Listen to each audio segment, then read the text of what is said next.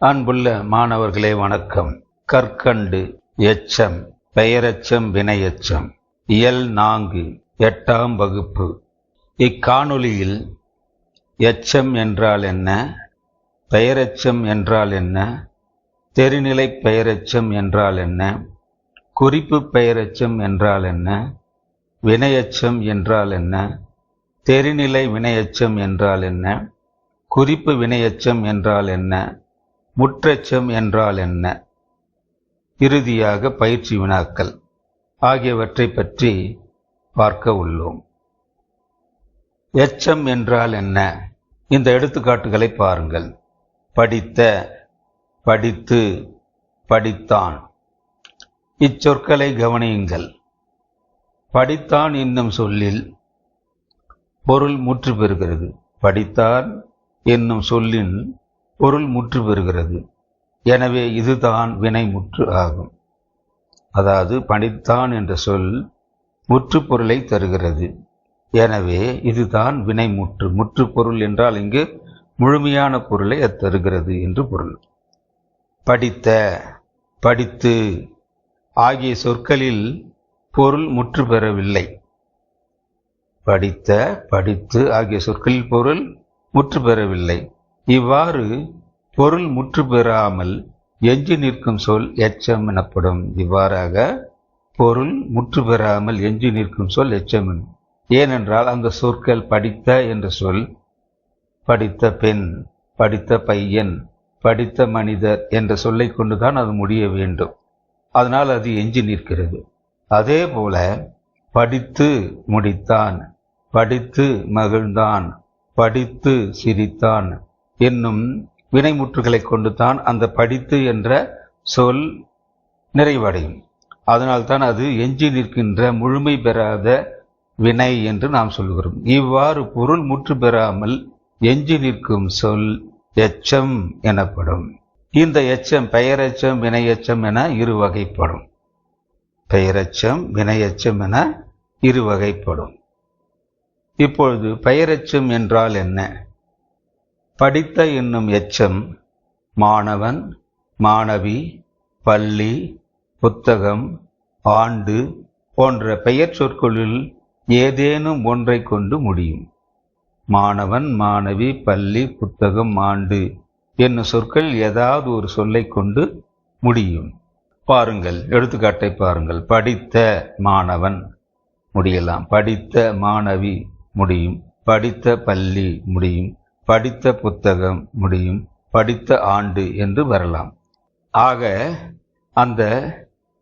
இந்த படித்த என்ற சொல் எதை கொண்டு முடிகிறது என்றால் ஏதேனும் ஒரு பெயரை கொண்டு முடிவதாகத்தான் இருக்கும். ஏதேனும் ஒரு பெயரை கொண்டு முடிவதாகத்தான் இருக்கும். இவ்வாறு பெயரை கொண்டு முடியும் எச்சம் பெயரெச்சம் ஆகும். எனவே அந்த படித்த என்ற சொல் ஒரு பெயரை கொண்டு முடிகின்ற சொல்லாக இருப்பதால் அந்த படித்த என்ற எச்சம் பெயரெச்சம் என்று நாம் சொல்லுகிறோம். பெயரெச்சம் 3 காலங்களிலும் வரும். அதாவது பெயரெச்சம் 3 காலத்தையும் காட்டக்கூடியதாக வரும். 3 காலங்களிலும் வரும். பாருங்கள். பாடிய பாடல் இறந்த காலத்தை குறிப்பதை பாருங்கள். பாடிய பாடல், பாடுகின்ற பாடல், பாடுகின்ற நிகழ்காலம் பெயரெச்சம். பாடும் பாடல் எதிர்காலம். பாடும் என்பது எதிர்காலத்தை குறிக்கிறது. இவ்வாறாக இந்த பெயரெச்சங்கள் இறந்த காலத்தையும் நிகழ்காலத்தையும் எதிர்காலத்தையும் காட்டுகின்ற பெயரெச்சங்களாக இருக்கும். எனவே இப்பெயரெச்சங்கள் 3 காலத்தையும் 3 காலத்திலும் வரும், 3 காலத்தையும் காட்டும் என்று சொல்லலாம். பெயரெச்சம் 2 வகைப்படும். இந்த பெயரெச்சம் 2 வகைப்படும். அவை தெரிநிலை பெயரெச்சம், 2 குறிப்பு பெயரெச்சம். ஒன்று தெரிநிலை பெயரெச்சம், மற்றொன்று குறிப்பு பெயரெச்சம். இனி தெரிநிலை பெயரெச்சம் என்றால் என்ன என்பதை பற்றி பார்ப்போம். இந்த எடுத்துக்காட்டை பாருங்கள். எழுதிய கடிதம். இங்கே எழுதிய என்பது பெயரெச்சம். அது கடிதம் என்ற பெயரை கொண்டு முடிகிறது. அதனால் அது பெயரெச்சம். இந்த தொடரில் உள்ள எழுதிய என்னும் சொல் எழுதுதல் என்னும் செயலையும் இறந்த காலத்தையும் தெளிவாக காட்டுகிறது.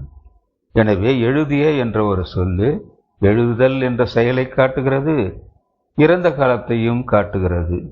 இவ்வாறு செயலையும் காலத்தையும் வெளிப்படையாக தெரியுமாறு காட்டும் பெயரெச்சம் தெரிநிலை பெயரெச்சம் எனப்படும். இவ்வாறு செயலையும் காலத்தையும் வெளிப்படையாக தெரியும்படி காட்டினால் அந்த பெயரெச்சம் தெரிநிலை பெயரெச்சம் எனப்படும்.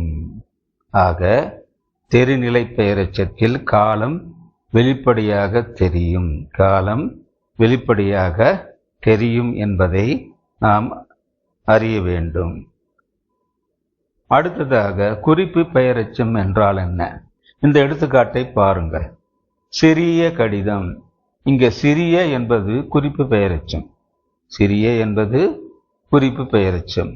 இது காலத்தை வெளிப்படையாக காட்டவில்லை, பண்பை தான் காட்டுகிறது. சிறிய என்ற பண்பை தான் அது காட்டுகிறது. இத்தொடரில் உள்ள சிறிய என்னும் சொல் உணர்த்தும் செயலையோ காலத்தையோ அறிய முடியவில்லை. இந்த தொடரில் உள்ள சிறிய என்ற சொல் அது எந்த காலத்தை உணர்த்துகின்றார் அறிய முடியும், என்ன செயலை உணர்த்துகிறது என்றாலும் அறிய முடியவில்லை. அளவில் சிறியதாகிய பண்பினை மட்டும் குறிப்பாக அறிய முடிகிறது. சிறிய என்ற அந்த பண்பை மட்டும்தான் அது வெளிப்படுத்துகிறது, காலத்தை வெளிப்படுத்தவில்லை, செயலையும் அது வெளிப்படுத்தவில்லை. இவ்வாறு செயலையோ காலத்தையோ தெளிவாக காட்டாமல், செயலையோ அல்லது காலத்தையோ தெளிவாக காட்டாமல் பண்பினை மட்டும் குறிப்பாக காட்டும் பெயரெச்சம். பண்பை மட்டும், சிறிய என்ற அந்த பண்பை மட்டும் குறிப்பாக காட்டுவாது. பண்பினை மட்டும் குறிப்பாக காட்டும் பெயரெச்சம் குறிப்பு பெயரெச்சம் எனப்படும். காலத்தை வெளிப்படையாக காட்டாது, செயலையும் வெளிப்படையாக காட்டாது, பண்பை மட்டும் குறிப்பாக காட்டும். இத்தகைய பெயரெச்சம் குறிப்பு பெயரெச்சம் என்று அழைக்கும். சுருக்கமாக சொல்ல வேண்டுமென்றால், காலம் வெளிப்படையாக இருந்தால் அது தெரிநிலை பெயரெச்சம், காலம் குறிப்பாக அறியும்படி அல்லது மறைந்து அல்லது காலமே இல்லாமல் இருந்தால் அது குறிப்பு பெயரெச்சம் என்று நாம் அறிய வேண்டும். ஆக காலத்தை வெளிப்படையாக காட்டினால் தெரிநிலை பெயரெச்சம், காலம் இல்லாமல் இருந்தால் அது குறிப்பு பெயரெச்சம். அடுத்ததாக வினையெச்சத்தை பற்றி பார்ப்போம். வினையெச்சம் என்றால் என்ன? படித்து முடித்தான், படித்து வியந்தான், படித்து மகிழ்ந்தார். படித்து முடித்தான், படித்து வியந்தான், படித்து மகிழ்ந்தார். இங்கு படித்து என்ற சொல்தான் வினையெச்சம். அந்த படித்து என்ற முற்று பெறாத வினைச்சொல் முடித்தான் அல்லது வியந்தான் அல்லது மகிழ்ந்தார் என்னும் ஒரு வினைமுற்றை கொண்டு முடிவதனால இங்கு படித்து என்பது வினையெச்சமாகும். படித்து என்னும் எச்சம் முடித்தான், வியந்தால், மகிழ்ந்தார் போன்ற வினைமுற்றுகளில் ஒன்றை கொண்டு முடியும். படித்து என்னும் வினையெச்சம் எச்சம் வியந்தார், மகிழ்ந்தார், முடித்தான் என்ற வினைமுற்றுக்களில் ஏதேனும் ஒன்றை கொன்றே முடிவதை நாம் பார்க்கலாம்.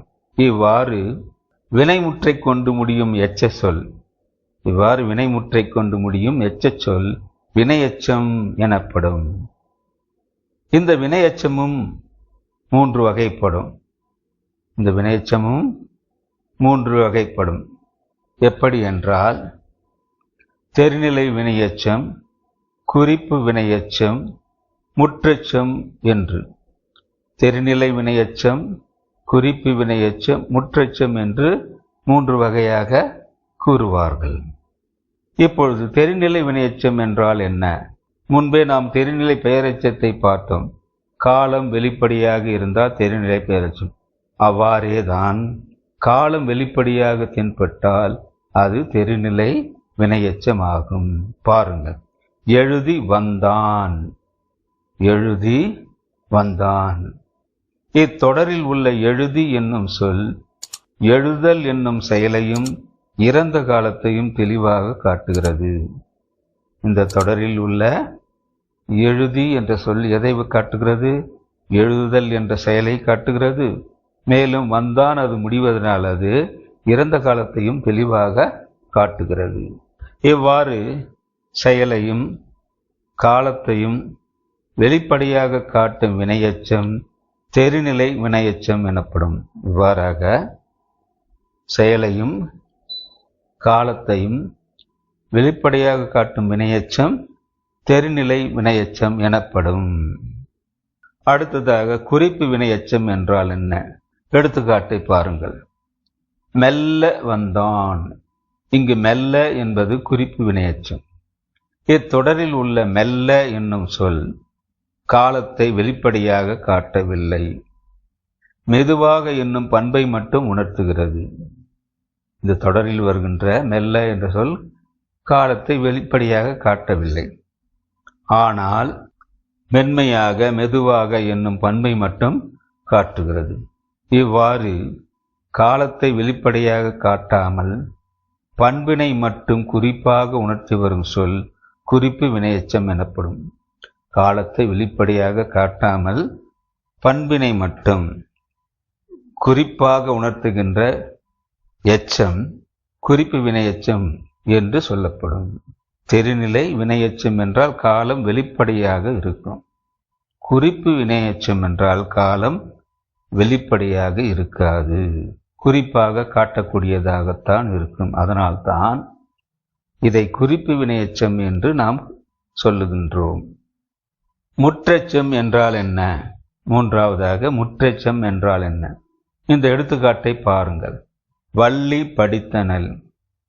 வள்ளி படித்தனள். இத்தொடரில் படித்தனள் என்னும் சொல் படித்தால் என்னும் வினைமுற்று பொருளை தருகிறது. இந்த தொடரில் வருகின்ற படித்தனள் என்ற சொல் படித்தால் என்ற வினைமுற்று பொருளை தருகிறது. ஆனால் இந்த எடுத்துக்காட்டை பாருங்கள். வள்ளி படித்தனள் மகிழ்ந்தாள். வள்ளி படித்தனள் மகிழ்ந்தாள். இந்த தொடரில் படித்தனள் என்னும் சொல் வருகிறது. ஆனால் அது வினைமுற்று பொருளை தராமல் படித்து என்னும் வினையெச்ச பொருளை தருகிறது. இங்கு படித்தனள் என்னும் சொல் வந்தாலும் அது படித்தால் என்னும் வினைமுற்று பொருளை தராமல் படித்து வள்ளி படித்து மகிழ்ந்தாள் என்னும் பொருளை தருகிறது. எனவே இது படித்தனள் என்ற சொல் படித்து என்னும் வினையெச்ச பொருளை தருகிறது. இவ்வாறு ஒரு வினைமுற்று எச்சப்பொருள் தந்து மற்றொரு வினைமுற்றை கொண்டு முடிவது முற்றெச்சம் எனப்படும். இவ்வாறு ஒரு வினைமுற்று எச்சப்பொருளை தந்து மற்றொரு வினைமுற்றை கொண்டு முடிவதை முற்றெச்சம் என்று சொல்கிறோம். எனவே இங்கு படித்தனள் என்ற சொல் வினைமுற்று படித்து என்னும் பொருளை அது தந்து மகிழ்ந்தாள் என்று வினைமுற்றை கொண்டு முடிகிறது. ஆகவே இது இங்கு படித்தனள் என்பதுதான் முற்றெச்சம் ஆகும். அடுத்ததாக பயிற்சி வினாக்கள் சில. சரியான விடையை தேர்ந்தெடுத்து எழுதுக. ஒன்று, சரியான விடையை தேர்ந்தெடுத்து எழுதுக. 1. முற்று பெறாமல் எஞ்சி நிற்கும் சொல். முற்று பெறாமல் எஞ்சி நிற்கும் சொல் கோடு எனப்படும். முற்று பெறாமல், அதாவது பொருள் முற்று பெறாமல் எஞ்சி நிற்கும் சொல் கோடு எனப்படும். ஆ. முற்று தவறு. எச்சம் சரியானது. இ. முற்றெச்சம் தவறு. ஈ. வினையெச்சம் தவறு. ஆகவே முற்று பெறாமல் எஞ்சி நிற்கும் ஒரு வினை சொல், அதைத்தான் நாம் எச்சம் என்று சொல்கிறோம். இங்கு ஆ என்பது சரியான விடை. 2. கீழ்காணும் சொற்களில் பெயரெச்சம் டேஷ். கீழ்காணும் சொற்களில் பெயரெச்சம் கோடு. பாருங்கள். படித்து அது முடித்தான் என்று முடியும். எனவே அங்கு படித்து என்பது வினையெச்சம். எழுதி பார்த்தான் என்று சொல்லும்போது அங்கு பார்த்தான் என்று வந்துகிறது என்றால் அதுவும் வினையெச்சம். வந்து சென்றான், அதுவும் வினையெச்சம். வந்து என்பது வினையெச்சம். பார்த்த படம், பார்த்த படம் என்று வைத்துக் கொண்டால் அங்கு படம் என்பது பெயர். ஆக இங்கு வருகின்ற பெயர் எச்சம் பார்த்த என்பதாகும். ஆக ஈ என்பதுதான் இங்கு சரியான விடை. பார்த்த என்பதுதான் சரியான விடை. 3. குறிப்பு வினையெச்சம் கோடு வெளிப்படையாக காட்டாது. குறிப்பு வினையெச்சம் எதை வெளிப்படையாக காட்டாது? குறிப்பு என்று வந்தாலே அது காலம் என்று நாம் பொருள் கொள்ள வேண்டும். ஆகவே குறிப்பு வினையெச்சம் காலத்தை வெளிப்படையாக காட்டாது. எதை வெளிப்படையாக காட்டாது? காலத்தை வெளிப்படையாக காட்டாது. காலத்தை, வினையை, பண்பினை, பெயரை. ஆக குறிப்பு வினையெச்சம் எதை வெளிப்படையாக காட்டாது? காலத்தை வெளிப்படையாக காட்டாது. எனவே இங்கு முதலில் வந்துள்ள சரியான விடையாகும். அடுத்ததாக பொருத்துக என்பதை பாருங்கள். நடந்து, பேசிய, எடுத்தனன், உண்டான், பெரிய. இதில் நடந்து சென்றான் என்று வைத்துக் கொண்டால் சென்றான் என்ற ஒரு சொல்லை கொண்டு முடிகிறது. ஆக சென்றான் என்பது வினை முற்று. ஆக நடந்து என்பது வினை எச்சம். நடந்து என்ற சொல் ஒரு வினைமுற்றை கொண்டு முடிகிறது என்பதனால் அது வினை எச்சம். சரியான விடை. அடுத்து பேசிய, பேச்சு, பேசிய பையன் என்று வைத்துக் கொண்டால் அது ஒரு பெயரை கொண்டு முடிவதை நாம் பார்க்கலாம். எனவே பேசிய என்பது பெயரெச்சம். எடுத்தனன், உண்டான், எடுத்தனன், உண்டான், அது எந்த பொருளை? எடுத்து உண்டான் என்ற பொருளை தருகிறது. இங்கு எடுத்தனன் என்பது எடுத்து என்று எச்ச பொருளில் தருவதனால அது முற்றெச்சம். எடுத்தனன் என்பது வினை முற்று, ஆனால் அது எச்ச பொருளை தருவதனால் அது முற்றெச்சம் என்று சொல்லலாம். இறுதியாக பெரிய, பெரிய என்பது பெரிய வீடு, பெரிய புத்தகம், பெரிய பள்ளி என்று சொல்லும்போது பெரிய என்ற சொல் ஒரு பெயரை கொண்டு முடிகிறது. அதனால் அது பெயரெச்சு. இங்கு பெரிய என்பது பண்பை மட்டும் காட்டக்கூடியதாக உள்ளது, காலத்தை வெளிப்படையாக காட்டவில்லை. அதனால் அது குறிப்பு பெயரெச்சம் என்று நாம் சொல்லலாம். ஆக பெரிய என்பது குறிப்பு பெயரெச்சம் ஆகும். அடுத்ததாக பயிற்சி வினாக்கள் பாருங்கள். கீழ்காணும் சொற்களை பெயரெச்சம், வினையெச்சம் என வகைப்படுத்துக. நல்ல, நல்ல என்பது பெயரெச்சம். நல்ல பையன் பெயரை கொண்டு முடிகிறது. படுத்து உறங்கினான், அது ஒரு வினையை கொண்டு முடிகிறது. அப்போ படுத்து என்பது வினையெச்சம். பாய்ந்து சென்றான், பாய்ந்து என்பதும் வினையெச்சம். எரிந்த கட்டை, எரிந்த கட்டை, அது ஒரு பெயரை கொண்டு முடிவதனால எரிந்த என்பது பெயரெச்சம்.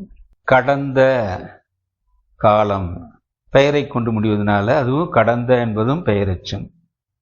வீழ்ந்த, வீழ்ந்த பையன் என்று அங்கு வீழ்ந்த என்பதும் ஒரு பெயரெச்சம் தான். மாட்டிய, மாட்டிய என்பதும் ஒரு பெயரெச்சம் தான். மாட்டிய கை அல்லது மாட்டிய ஏதோ ஒரு பொருள். ஆக அது பெயரை கொண்டுதான் முடியும், அதுவும் பெயரெச்சம் தான். பிடித்து, பிடித்து சென்றான், பிடித்து உடைத்தான் என்று சொல்லும்போது அது வினையெச்சமாக இருப்பதை பார்க்கலாம். அழைத்த, அழைத்த பையன், அப்போ அழைத்த என்பது இங்கே பெயரெச்சம். பார்த்து மகிழ்ந்தான், பார்த்து என்பது மகிழ்ந்தான் என்று முடிகிறது என்று வைத்துக் கொண்டால் பார்த்து என்பது இங்கே வினையெச்சம். ஆக பெயரை கொண்டு முடிகிறதா அல்லது வினையை கொண்டு முடிகிறதா இந்த எச்சங்கள் என்று பார்த்தால் பெயரை கொண்டு முடிந்தால் அவை பெயரெச்சங்களாகும்.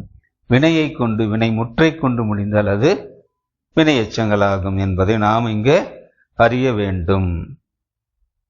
இக்காணொளியில் எச்சம் என்றால் என்ன, பெயரெச்சம் என்றால் என்ன, தெரிநிலை பெயரெச்சம் என்றால் என்ன, குறிப்பு பெயரெச்சம் என்றால் என்ன, வினையெச்சம் என்றால் என்ன, தெரிநிலை வினையெச்சம் என்றால் என்ன, குறிப்பு வினையெச்சம் என்றால் என்ன, முற்றெச்சம் என்றால் என்ன ஆகியவற்றை பற்றி விளக்கமாக பார்த்தோம். இறுதியாக பயிற்சி வினாக்கள் சிலவற்றை பற்றியும் பார்த்தோம்.